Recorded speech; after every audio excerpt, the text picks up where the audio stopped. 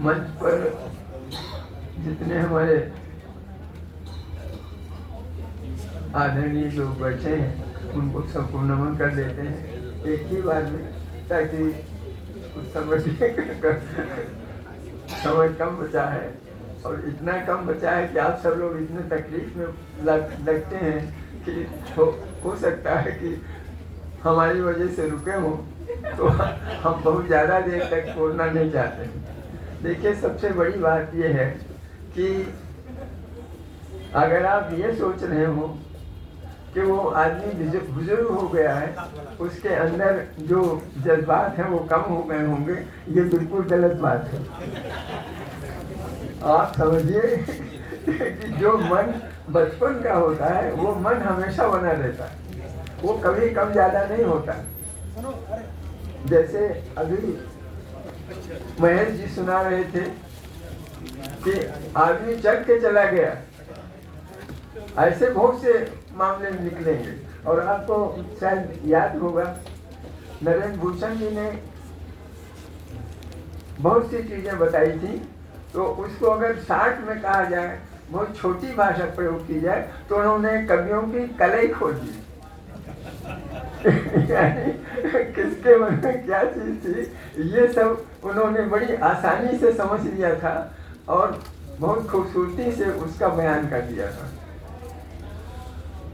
इतना सब होने के बावजूद आपको बताना बड़ा आसान सा है और बड़ा कठिन सा है कि जहाँ पर हमारी दीदी उषा जी बोलती हैं तो उसके बाद कुछ नहीं रह जाता है।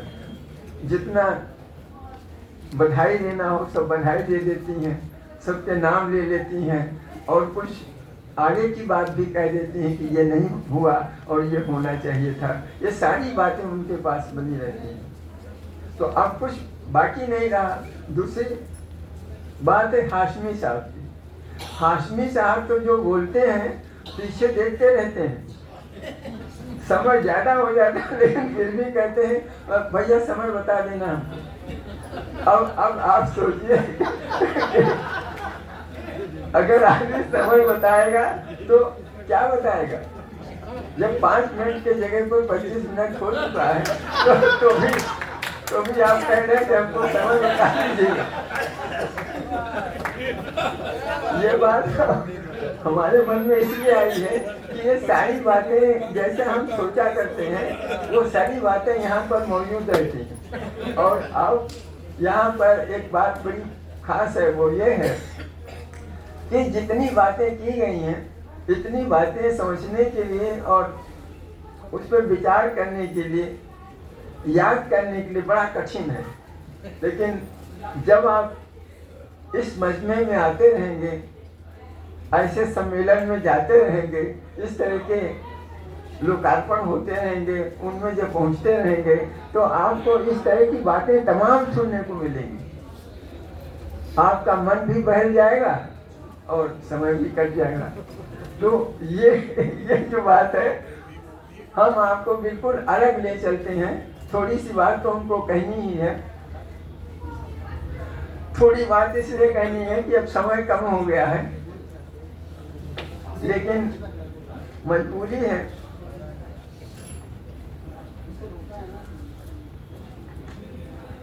हमने बहुत पहले कहा था संस्था एक सुपुत्र है, पालो जैसे पूत। जैसे बच्चे को पाला जाता है, अगर आप कोई संस्था खोलना चाहते हैं, हमने 2 संस्थाएं खोली। एक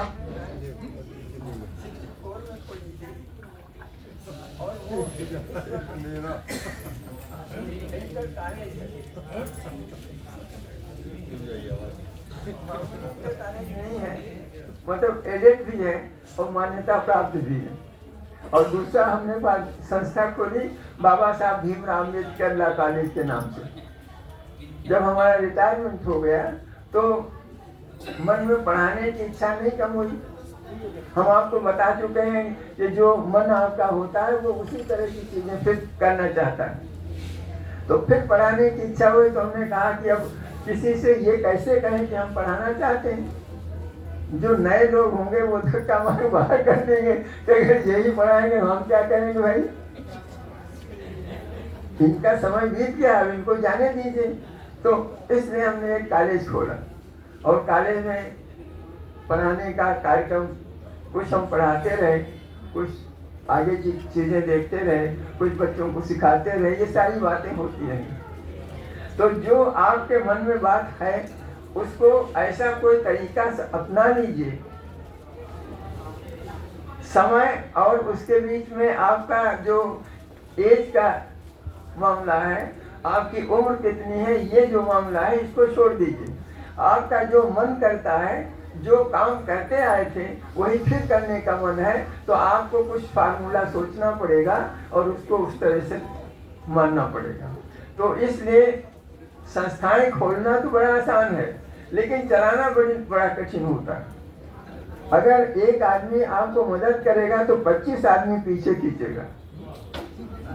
ऐसा नहीं कि संस्थाएं चलाना बड़ा आसान है, संस्थाएं चलाना बड़ा कठिन है, क्योंकि एक आदमी अगर मदद करने वाला मिल जाएगा तो 25 पीछे खींचने वाले मिल जाएंगे। इसलिए हमको अपने बच्चे को जैसे पाला जाता है उसी तरह से, बिल्कुल उसी तरह से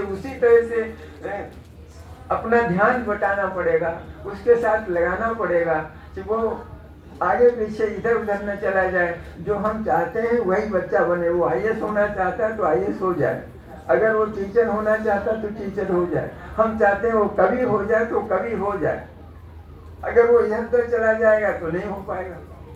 तो इसलिए बच्चे को जिस तरह से हम संभालते हैं उसी तरह से हमको अपनी संस्था को संभालना पड़ता है। इस बात में आपको ये बात कहने की बड़ी आवश्यक सी है कि सत्य जी इस मामले में बड़े प्रखर साहित्यकार थे। अगर एक बार कोई उनके पास चला गया तो लौट के अपने आप घर नहीं लौटता था, उनके पास आता जाता रहता था और उनके संस्कार बिना लिए उसका मन नहीं भरता था। अगर वो लिखना, जैसे हमने बहुत सा कुछ लिखा था लेकिन हमको छापने की, प्रकाशित करने की इच्छा नहीं थी, लिख दिया, मन में आया लिख दिया, लेकिन वो प्रकाशित नहीं हो पाया। लेकिन जब हम सत्य जी से मिले तो हमारे मन में पहला कीड़ा उतरा और वो ये हुआ कि इसको किसने जो प्रकाशित किया जाना चाह। तो 7-8 किताबें हमने प्रकाशित कर दी, 2 का लोकार्पण किया और बाकी सब रखी रह गई। अब हम सोच रहे हैं कि वो सारी किताबें एक साथ कर देने से हमारा खर्चा बच जाएगा। अगर आप ये लोकार्पण करेंगे तो जितना खर्चा आएगा 10 किताबों में अगर हो जाए तो बहुत सा खर्चा हो जाएगा। तो बढ़िया तरीका यही है कि सब किताबों का एक साथ में जोड़ दीजिए और गंगा जी को पार कर लीजिए। तो ये हमने सोचा है। अब कितना कर मिलेगा ये नहीं पता है, तो हम आपको एक दोहा सुना रहे थे। इन दोहे में कोई बात खास है जिसकी वजह से हम ये पढ़ना चाहते हैं। संस्था एक सुपुत्र है, पालो जैसे पूत, कालांतर में बनेगा वही तुम्हारा दूत। आपको आपके लड़के से जाना जाएगा, यानी आप जब नहीं होंगे तो पुत्र जो होगा उससे अंदाज लगाया जाएगा कि इनके पिताजी कैसे रहे होंगे। जैसे वो बहुत बुरा उदाहरण लीजिए, जैसे कोई चोरी कर रहा है और वो खत्म हो गया और लड़के ने अगर दूसरी जगह दिया सलाई की बत्ती निकाली तो कहेंगे इनके पिताजी क्या काम करते थे कि चोर थी। तो उस आभा को जो उसके पिता की आभा थी उसके साथ चलती है। तो इसलिए अगर हम अपने पुत्र को जिस तरह से पालते हैं, सन्मार्ग पर चलाते हैं, उसी तरह से संस्थाओं को भी खूब अच्छी तरह से चलाना चाहिए। जैसे हमने लिखा है, बड़े समर्पित भाव से करते रहें विकास, बड़े समर्पित भाव से करते रहें विकास, सदा क्षेत्र विकसित करें, मन में भर उल्लास। संस्था चलानी है तो आपको पूरी तरह से कटिबद्ध होकर काम करना पड़ेगा। अब यहाँ क्या है, संस्था के अध्यक्ष हैं सरल हृदय योगेश जी हैं यहाँ पर। तो हमको पढ़ने में कोई इतराज की बात नहीं है, इसमें कोई बुराई की बात नहीं है।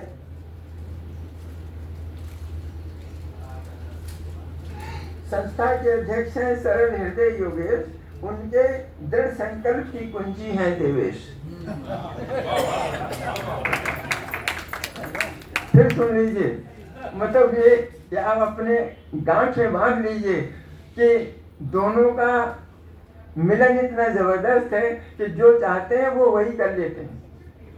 अगर वो अकेले करने चाहें इस तरह का कार्यक्रम तो नहीं कर पाएंगे। देवेश जी अकेले करना चाहें तो नहीं कर पाएंगे। दोनों मिल जाएंगे तो एक 11 हो गए, 2 नहीं 11 हो गए। तो इस तरह से ये जो पूंजी हमने आपको बताई कि देवेश जी को अगर आप पकड़ लीजिए तो आपका काम हो जाएगा, क्योंकि योगेश जी उनकी बात टालेंगे नहीं। तो देखिए कितनी बात जबरदस्त है ये। हम सब की है कामना संस्था हो महान, हम सब की है कामना संस्था बने महान, पल प्रतिपल करती रहे हिंदी का सम्मान। अभी उषा जी कह रही थी कि हिंदी का सम्मान होना चाहिए। तो हिंदी, अगर हमारी संस्था ऐसी है जहाँ पर कविताएं होती हैं, साहित्यकार की संस्था है, तो वहाँ पर तो हिंदी का काम जरूरी है ही है, और देवनागरी की आवश्यकता पड़ेगी। तो ये दोनों चीजें तभी हो पाएंगी जब एक साथ में जुड़ जाएंगी। फिर एक बात रह गई थी, साहित्यकारों से हाथ जोड़कर कहना चाहते हैं कि जो सबसे बड़ी बात है वो है सबसे बड़ा राष्ट्र। अगर राष्ट्र ना हो तो हम नहीं होंगे, हमारे पिताजी नहीं होंगे, हमारे बच्चे नहीं होंगे, हमारा घर नहीं होगा। तो बड़ा कौन है? राष्ट्र। तो राष्ट्र प्रेम की बात साहित्य में अवश्य आनी चाहिए। यानी चाहे कुछ हम करें, लेकिन हमको राष्ट्र प्रेम की बात जरूर रखनी चाहिए। तो हमने लिखा है, जन्मभूमि को प्यार कर जब तक चलती सांस, जन्मभूमि को प्यार कर जब तक चलती सांस, जन्मभूमि के शत्रु का कभी न कर विश्वास। अगर आपको पता लग जाए कि ये राष्ट्र के खिलाफ कोई व्यक्ति है, छिपाए हुए हैं, तो उसका विश्वास मत करिए।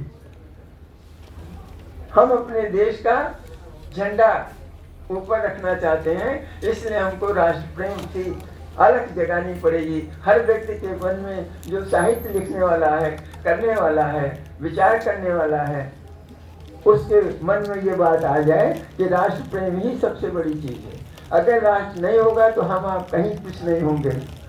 राष्ट्र सबसे पहले है, बाकी सब बाद में। माँ की रक्षा भारत का तू भी कर संकल्प। जितने हम लोग बैठे हैं, कम से कम ये संकल्प तो करें। क्या संकल्प करना है? माँ की रक्षा भारत का तू भी कर संकल्प, बलिदानों के दौर में कोई नहीं विकल्प। जहाँ बलिदान हो रहे हो वहाँ पर कोई विकल्प मत ढूंढिए। अगर बलिदान हो रहे हैं तो हमको भी बलिदान हो जाना चाहिए। अगर हमारा राष्ट्र खतरे में है तो हम पहले खतरे में हैं। अब देखिए,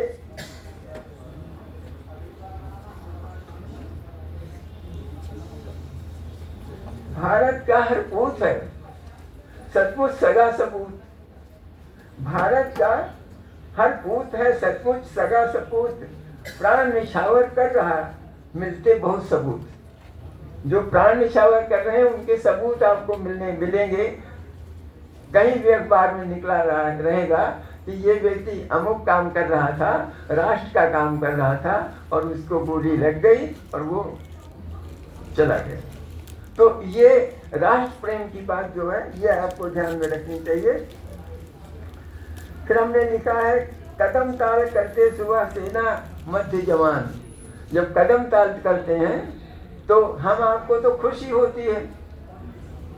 अगर हमारे देश के लोग हैं और वो कदम ताल कर रहे हैं तो हमको खुशी होगी। लेकिन कुछ ऐसे भी लोग होंगे जो कदम ताल से तकलीफ महसूस करेंगे। तो वो कौन से लोग होंगे? छक्के छूटे शत्रु के, छक्के छूटे शत्रु के देखे सैन्य विमान, ये विमान पर चढ़कर आएंगे और हमारे देश को नष्ट कर देंगे। हम इनके खिलाफ कतई न जाएं, हम बिल्कुल संतोष करके आसानी से झगड़ा के बीच में न पड़े। और हमने एक अभी सुभाष जी का नाम आया था तो हमने एक दुआ लिखा था, सैन्य दलों को याद है, सैन्य दलों को याद है सैन्य कला मर्मज्ञ। सैन्य कला का मर्मज्ञ कौन था? ये हमारे सब सैनिकों को याद है। और वो कौन थे? जब सुभाष ने किया था आज़ादी का यज्ञ, जब सुभाष ने किया था आज़ादी का यज्ञ तो सब लोगों को मालूम हो गया कि ये हमारे राष्ट्र को बचाने वाले हैं और ये हमको स्वतंत्रता दिलाने वाले हैं। बीच में स्वतंत्रता मिल गई ये तो ठीक है, लेकिन स्वतंत्रता मिल गई, अगर हम लापरवाह हो जाएंगे तो हमारी स्वतंत्रता कितने दिन चलेगी? इसलिए राष्ट्र प्रेम की धारणा हमारे मन में होनी चाहिए और हमको तभी कल्याण हो सकता है, वरना हमको कल्याण की संभावना कम होती है। एक बात और हमने लिखी है, संस्थाएं बोती रहें। देखिए ध्यान दीजिए, संस्थाएं बोती रहें राष्ट्र प्रेम के बीज, संस्थाएं बोती रहें राष्ट्र प्रेम के बीज, यही महानतम लक्ष्य है, यही जरूरी चीज। संस्था अगर हमने खोली है कोई जिसमें विचार विमर्श होता है तो उसमें ये संस्था का फर्ज है, ये उसका लक्ष्य है कि वो राष्ट्र प्रेम के बीज बोता चले। और ये बहुत, यही महानतम सबसे बड़ी चीज है और इसी को हम आगे बढ़ाते चलें। हम ज्यादा बोलने के पक्ष में नहीं हैं, क्योंकि जितना ज्यादा आप थक चुके हैं उससे कहीं ज्यादा हम थक गए हैं।